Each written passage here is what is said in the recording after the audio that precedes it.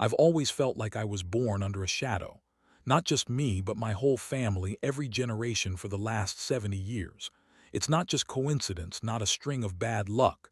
There's something unnatural about what happens to us. I've tried to tell people, but they laugh or shake their heads. Some families are unlucky, they say, but it's more than that. It's precise, systematic, deadly. I grew up in a small town in Vermont.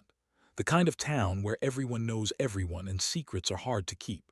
My parents, John and Margaret, were loving in their own ways, but the world seemed to conspire against them. My father died in a car accident when I was 8. A truck ran a red light and hit him head-on. The driver survived, my father did not. My mother, she didn't cope well. She took to long walks through the forest behind our house, and that's where she met her end. One morning, the neighbors found her body at the base of a steep ravine. No one saw her fall. There was no explanation, just gone. I was sent to live with my grandmother, Ruth, who was already old, brittle, and suspicious of everything. She told me stories about our family, how misfortune seemed to follow us like a persistent shadow. Every generation, she said, someone survives. Someone is left to carry the name, but everyone else, they disappear, one by one. I didn't understand then, not fully. I was just a kid. But now I know she was telling the truth. Grandmother Ruth died when I was 16. She slipped in her bathtub, or at least that's what the coroner's report said. I found a diary she left behind, tattered, stained with age and something that smelled faintly metallic, like blood. Inside were notes about deaths that no one else had noticed. Uncle Frank, eaten alive by a pack of wolves during a hunting trip. Cousin Henry, electrocuted while fixing a generator. Aunt Sylvia, crushed under a falling tree branch during a storm that seemed perfectly timed, almost deliberate. And always the survivor, someone left alive to continue the family line. I tried to live normally after that, but the feeling of being watched never left me. My teenage years were marked by strange accidents. The neighbor's dog lunging at me for no reason, a car swerving dangerously close, small fires in the house that seemed targeted. But I survived. Always me. Always the last one standing. It wasn't until I found my great-grandfather's journal that things began to make sense. He was a scientist, a man obsessed with longevity and discovery. In his own handwriting, he described an experiment so horrifying it still makes my hands shake. He had captured something. Not a person, not an animal, something else. Something that didn't age, something that required blood to survive. Something that healed instantly from injury, something that punished him when he tried to hurt it.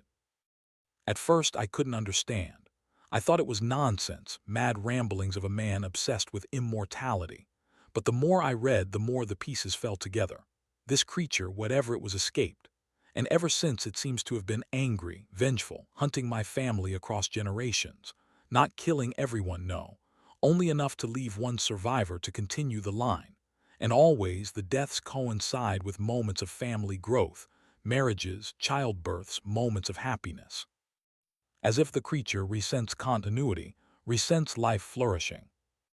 I remember one night vividly. I was 15. I woke to a strange scratching at my bedroom window. The sound was soft, deliberate, almost playful. I looked out and saw nothing but shadows moving in the yard. The next morning, our neighbor, old Mr. Klein, was found dead, mauled by some unknown animal. The police never solved it. No prints, no tracks, nothing. I didn't sleep well for weeks after that. Every creak, every whisper of wind, every movement in the trees felt like it was directed at me, testing me, waiting. I tried to rationalize it. Animals, accidents, bad luck, but deep down I knew. Deep down I understood the pattern. I was the one left alive, always the one across 5 generations. My father's line had always ended with him, then my uncles, then my cousins. And now it was my turn. The curse wasn't random, it was selective. And if history was any guide, my happiness or family would mean death for everyone else. Finding my great-grandfather's journal changed everything. His experiments detailed ways he tried to study the creature, ways he tried to measure its strength, intelligence, and regenerative abilities. He injected it, starved it, exposed it to extreme temperatures, and every time it healed. Every time it survived. Sometimes he noted it would lash out, but not in blind rage. It calculated, it understood, and it waited. He believed he could harness it, use it for human benefit. He wrote about testing longevity serums, blood transfusions, and even the idea that this creature could grant eternal youth. But he was wrong. Very wrong. By the time he passed, the creature had escaped, and ever since my family has been paying the price. Now at 35, I live alone. No family, no children, no friends I hold close. I keep to myself. I've become almost a ghost in this world, avoiding connections, avoiding happiness. I know that forming bonds will only invite tragedy. Every close relationship my ancestors formed ended in death.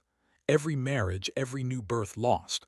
I am alone, yes, but I survive. Always. The last one standing. Sometimes late at night I hear it. Footsteps in the woods behind my cabin, whispers in the wind, shadows that don't belong. I know it is watching. I don't know why it spares me when everyone else falls, but I have a theory. Maybe it is testing me. Maybe it is waiting to see if I will finally end the line, if I will attempt to break the cycle. Or maybe it is preparing to finish what my great-grandfather started in its own way. I don't know if I am brave or foolish. I don't know if survival is a gift or a curse. I only know that the shadow of my family's past looms over me, and the more I learn, the more I understand. The creature is patient. It remembers, and it does not forgive.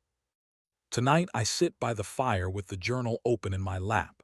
I read the words of a man who once believed he could control something beyond comprehension.